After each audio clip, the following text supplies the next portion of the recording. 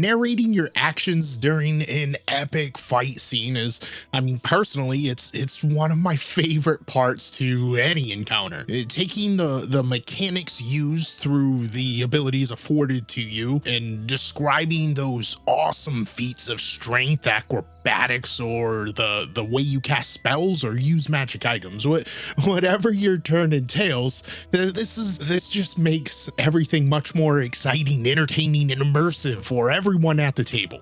And today, the DM steals that away from the players. Why? I don't know why he would do that. You know what?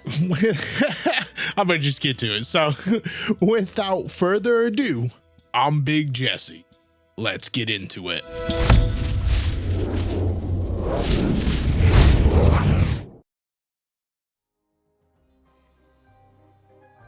The game is Pathfinder 2E, a pickup one-shot found through a large-ish Discord server. So I'm playing with strangers. I create my brutish orc ruffian fighting with a free hand and a morning star.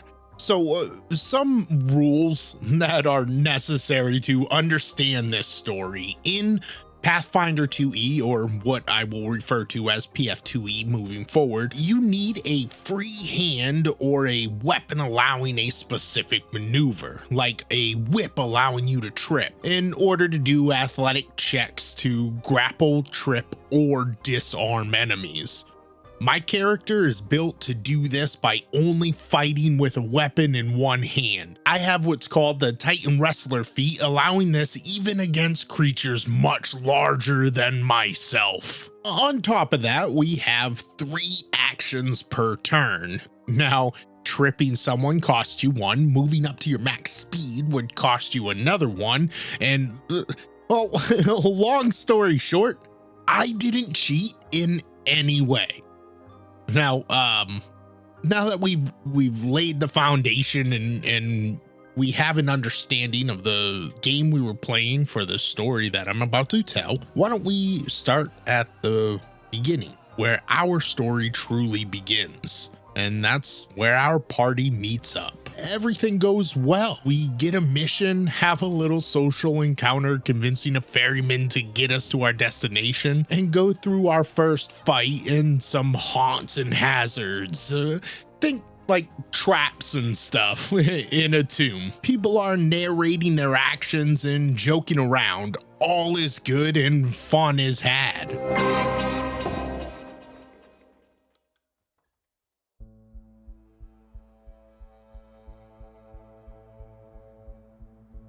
We come to a room with a 20-foot skeleton sitting on a throne, and nobody's surprised as it begins to animate. Everything that we have done up to this point on this day has led us here to this one last fight. Moving off of his throne and standing to its full height, the skeleton lumbers toward our closest ally, the champion, while raising its massive weapon and bringing it down on, landing a good hit. My turn. Seeing this giant skeleton turn its back to me and begin to attack the champion, I run in and slam my shoulder into its knee, trying to bring it down. I move my token in the virtual tabletop right up to it and roll my trip. Nat 20. Hell yeah, baby, let's go. That skeleton is going prone, baby. Excuse me. Excuse me. No. No what? You can't trip the enemy by shoulder barging into its knees. It sounds ridiculous when you can walk up and grab it with your hand and pull their leg out from under them. You sound ridiculous and quite honestly dumb. Maybe you should read a book. Hey, sweetie, are you on your computer with your little phone? Get out! I'm on a Discord call! Whoa. I just wanted to ask if you wanted your nightly warm glass of... Get Ow! Okay. There's no need to get so upset. You know what happens to your tummy when you get so mad. I don't want my friends to know. Okay, I'll leave you alone. Tell your little friends I said Okay, hi. please, just get out. Okay, Mama loves you, Snuckums. Jeez. Oh, okay. Like I said, you sound dumb. Can you actually believe this is exactly definitely the way that it went and wasn't exaggerated? Transition. If you're not subscribed, subscribe. It's free. Anyways, let's continue. I'm confused. I have a free hand. I have Titan Wrestler. I have the actions I need to do this. GM tells me that I need to use my hand to trip the enemy. I don't get it. The rest of the table doesn't get it. The GM continues to explain, getting increasingly tense until it dawns on us that my narration is the only issue here.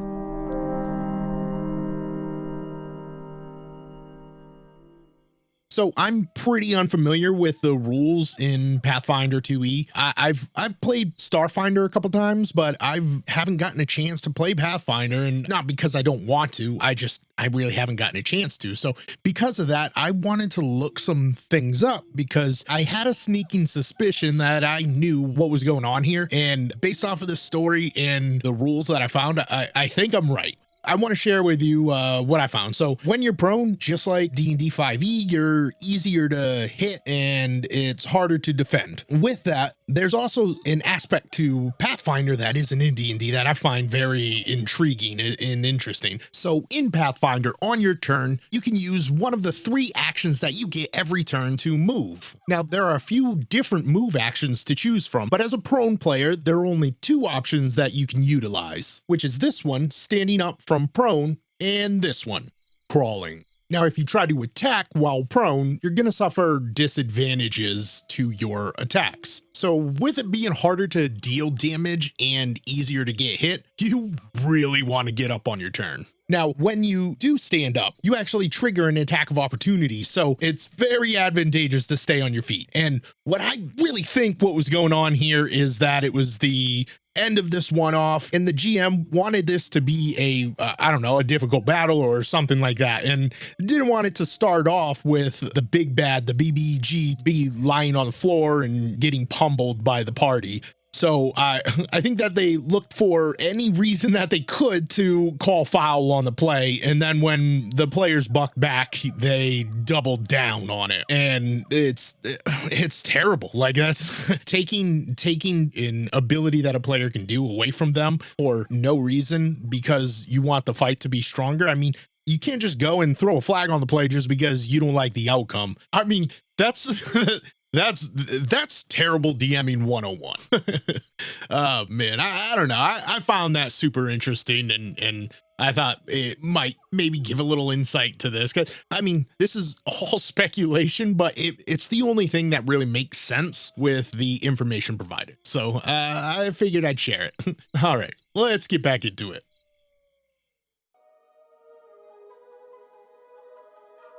It dawns on us that my narration is the only issue here. You see, I should have narrated my walking up, one action, and then grabbing the knee and yanking it from under the skeleton, instead of illegally combining 2 actions into 1.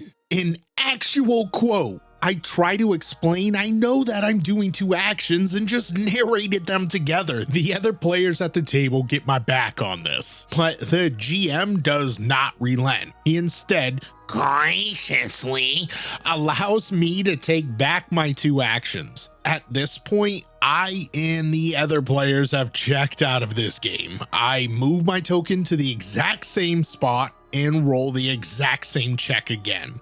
I succeed, but not critically this time. So I strike the prone skeleton without bothering to narrate it. Pretty much all narration from the player's side stops until we dispatch the skeleton and finish the one-shot. the GM essentially killed the fun in a pretty good session for no actual reason at all. And the most frustrating thing is the only difference between a critical trip and a normal success is, get this, D6 damage from falling down. Yep, you heard that right. And this is on a creature that must have had 100+ HP. Wild.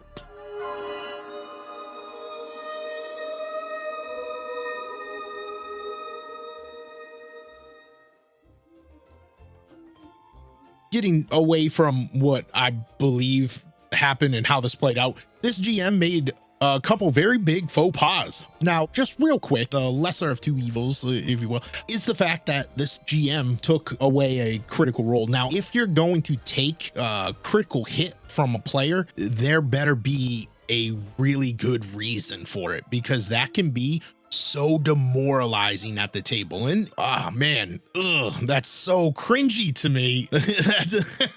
he misspoke. Well, no, he didn't even misspeak. The player wanted to do a thing and he explained what he wanted to do with the actions that he had, and the GM just didn't like the way that he explained it, so he said, nope, crit roll, nah. Like, that's bad. That's don't do that. You will lose the table real fast and probably find yourself on RPG horror stories. But okay, so now the biggest faux pas the GM made, and the thing that is most upsetting to me with this, and if I was a player in this game, it would have upset me at the table. I don't know exactly how I would have handled it. I probably would have asked for a break and taken him aside and been like, hey, I can tell that you're getting upset with this. This is what I'm saying. This is my side of this, and I don't think it's fair. So, something like that. But what I don't get about this is, in a game that's all about imagination and creativity, why would you ever penalize a player for getting creative with a narrative when the mechanics remain the same? Like I said, I don't think that was the actual reason, but let's pretend that it was. Okay, there's no reason to be so nitpicky about that, because all that's going to do, by allowing your players to narrate things, it's going to do a couple things. I guess a negative side of it could be that it could drag out battles, but I mean, that's also up to you to continue the flow. Honestly, I find that it keeps people engaged and it helps with the immersion itself. I play with people that like it when I just kind of take over and narrate it. And I also play with others that like to jump in and narrate their own ideas of what their character is doing, which I personally, as a DM, I think that's so cool. Also, if it doesn't change the mechanics, like, what the hell are you doing? It's like, let them do it. Why not? Like, if it's this cool thing that they're doing that makes sense with who their character is, like, you want to do a little extra acrobatics with your dexterous fighter or your rogue, like, why not just, let them do a run off a wall as they stretch out their bow and crack somebody from 100 feet. Like, that sounds really fun and cool, and it changes no mechanics. I guess you could argue that you should do an acrobatics check, but screw that. Just let them do the thing. It sounds cool. They're getting into it. They're adding to it. And I mean, it's exciting and definitely a lot more fun for me. Let's just say that, like, a fighter wants to make a running slide on the ground past somebody's leg, slicing at their Achilles tendon or something like that, and you don't think that realistically it could happen in that space because of the size of the creatures and the size of the fight. Well, whatever it may be, don't take the roll from them. That's bananas. That's crazy. That's a bad DM. Bad. Just change the narrative. That's all you got to do. Like, if it's too much for the situation, just adjust the narrative, but don't make them re-roll, and explain why so that they can add their flavor later on. You know what I mean? And the fact that this whole table went silent with the narrating, and by the sounds of it, I mean, by the story, like, the GM just kind of kept pushing forward and didn't address it. If you're a GM and your players look like they're not having fun, read the energy of the table. And if that's going on, it's okay to take a breather and have a discussion at the table and say, hey, you guys look like you aren't having fun anymore. Let's talk about this, because that's what we're all here for, is to have fun. And I don't want to put all this kind of work into this to present it to you guys and you guys not even enjoy it. So, I mean, that's part of the responsibility of being a GM. And I mean, I guess with experience that kind of comes in, because you'll have your good games, you'll have your bad games. It's part of the nature. And at the beginning, it happens quite a bit. Well, I mean, at least it did with me. I don't know. At least it did with me. I wasn't the best at first. I mean, not to say I'm the best now. Like, there's always stuff you can improve on. GMing is definitely a skill that in my opinion needs to be honed. I know that half of this episode was me ranting, but it's because of what TTRPGs have done for my ability to imagine and see things in my mind and describe them to other people in vivid detail. It's a skill that I didn't have before playing these games, and it's so important to me. It's my favorite aspect. That and the RP is what keeps me at these tables and will always keep me coming back. And to listen to a story where that gets restricted, oh man, it's sad. Like, it's tough. For me, it's a deep cut. You know what I mean? When I started recording the outro, I did not expect it to go on for so long. But hey, if you guys agree with me, let me know down in the comments. If you got anything to say, let me know in the comments. If you're not a fan of my rants, then you should you know what? You should subscribe, because I'm definitely not gonna do this again. So there's that for you. Now, if you have a story of your own you'd like to share, or if you wanted to recommend one you'd like to hear me do, or if you just wanted to say hi, come join the Big Jesse Discord. Link is in the description. I'm Big Jesse, and thank you so much for watching. Later. Can you actually believe this is exactly what happened with the mom walking in and everything? Because this definitely, this is how it went. And there's no reason why any of you should, you know, look into it at all. Tell your little friends I said hi. Mama loves you, Snookums.